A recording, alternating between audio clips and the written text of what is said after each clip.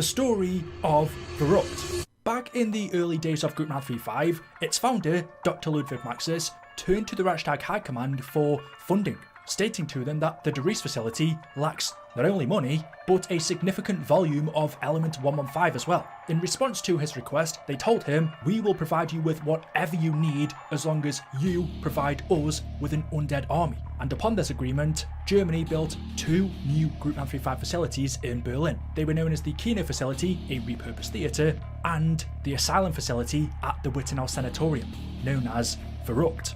Shortly after, an OSS spy called Peter McCain was sent to infiltrate Group 935 as a research assistant based out of Munich. He started working at the Dries facility on June 17th, 1945. His handler, Cornelius Purnell of the CIA, confirmed that Peter had successfully infiltrated Group 935 and had been transferred from Dries to the Asylum facility. While there, Cornelius suspects that Group 935 are beginning to lose control of their experiments and sends in a Marine recon team composed of Smokey, John Banana, Paxton Gunner Ridge, and Tank Dempsey to extract Peter, but he is outed as a spy the next day and captured by Group 935. However, the Asylum had its own problems.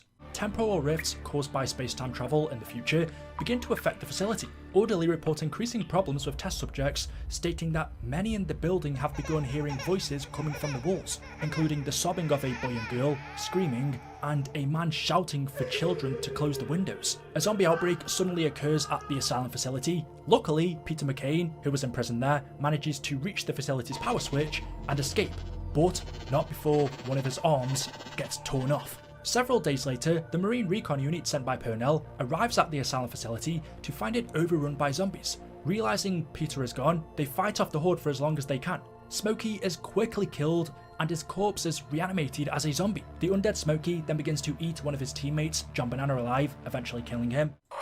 Field report. A quiet retort. The mission has all gone south. It's Johnny here. Smokey is near, most likely with meat in his mouth. We've been here for ages. I ran out of pages, but now have a mic to record. The mission has failed. McCain must have bailed, and now we must fight off a horde. We came to Verrückt with low ammo and luck, and now Smokey's lost his head. We went down the halls, they bit Smokey's balls, and now he walks with the dead. They call me Banana, I worked at a cabana. I rhyme to keep myself sane. Though Smokey is dead, I'm holding his head, which right now is eating my brain. Paxton Gunner Ridge is the only one to escape alive, making it back to America, while Tank Dempsey is apprehended by Group 935 and sent to Richthofen in Siberia to replace Pablo Marinus. Realizing the mission had gone south, Cornelius Purnell attempts to send a transmission to Peter McCain, telling him to rendezvous at the Rising Sun facility. In an alternate dimension, or a deviation of the timeline, the Ultimus characters, Richthofen, Takeo, Nikolai and Dempsey, travelled here, but similar to them being in Naktor and Toten, we don't know how they ended up here, just that they did. Electroshock therapy, chemically engineered beverages, hordes of undead Nazis. Find the power to unite and send them back to their graves. Can you believe that's how I actually described it back then? It was an asylum. It was also a horrible, terrible, grim, depressing place. I'd give you a full explanation of everything that happened there, but it would only be horrible, terrible, grim, depressing. Oh, fuck. You weren't there either. But then you were. I can only assume Richthofen, Takeo, Nikolai and Dempsey. Dempsey is an exception because he was here in the official timeline, but not with the rest of Ultimus. He was with Smokey, John Banana and Paxton Gunner Ridge. But in the Zombies Chronicles version of the map, Ultimus go to Verrückt, and we believe the Zombies Chronicles maps take place in a different dimension. But as far as we know, they had no reason to go here. I can only assume it would have been accidental, similar to Kino der Toten or Classified. And that is the storyline of Verrückt. It's short, it's sweet, it's simple, but where this map differs to most others is, I would say, a lot of the storyline isn't necessarily told through its lore-based radios or the chronorium, it's actually through its ambience. The little noises you hear as you're playing the map, the interactive elements of it, which is super unique. I can't think off the top of my head another map that does this. For example, the dentist chair, if you go up and press the interactive button, you will hear a man screaming.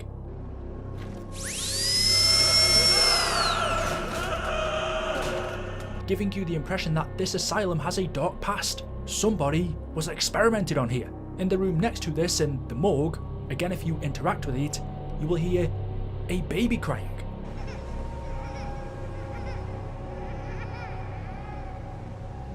Something which throughout the entirety of COD Zombies we have never heard before. Children, yes, Samantha, Eddie, but actual babies being involved in the horror of a map. If there is a baby crying in a morgue area, and knowing the history of this place with Group 935 and their experiments that they did on people, you can only imagine why we are hearing this baby crying. What happened here? And aside from those two, just as you're playing regularly, you will hear different people, men and women, moaning and crying throughout the building. Some of these may have been patients from when this was a regular asylum, but other may have been patients of Group 935's experiments, people that we don't know of, because we can bet, especially with their alignment with the Nazis, stuff like this definitely went on here.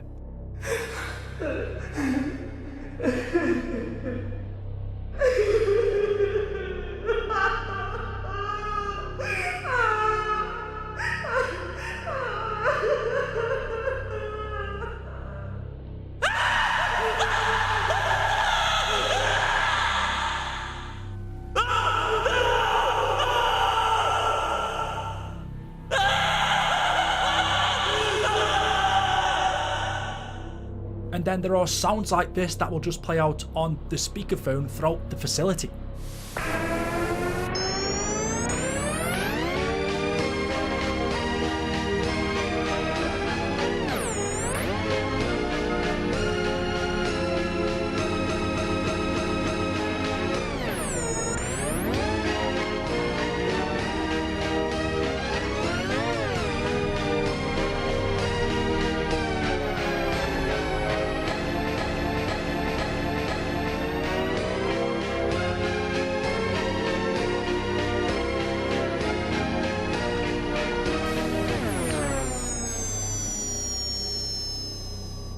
What I've just shown you is not even half of the weird and creepy sounds that play throughout Verrückt. For me, it is that which makes up the majority of this map's ambience. And it's not a coincidence that this is also considered by the majority of people, I would say, to be the scariest zombies map we have ever had. It is very close quarters. The map consists of only corridors really. There are no big training areas, along with there being 2 spawn points, which if you're playing co-op can really ramp up the tensions. You're not always with your friends, you are separated for a short amount of time, but still. And then as you look out through the windows, you just see nothing but forest and fire, surrounded by an orange mist. I don't really find Call of Duty Zombies scary, to be honest, but this is one of those maps. I'm trying to think of another one. Shinonuma does a decent job, Knacked a little bit just because of how small it is. Verrückt is bigger, but tight. Kino a little bit, 5. It's the World at War maps which are scary, and Verrückt takes the #1 spot.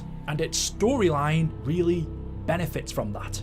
It's short, it's sweet, it's simple, but it was enough to still be in high regards compared to how the mode has evolved. So yeah, there we go. Let me know your thoughts in the comment section below. As always, hopefully you've enjoyed the video. If you have, drop a like rating. Make sure you are subscribed to stay up to date with the latest content. Check out the Shinonuma video or the Knacked one before this, and I will see you in the next one. Until then, goodbye.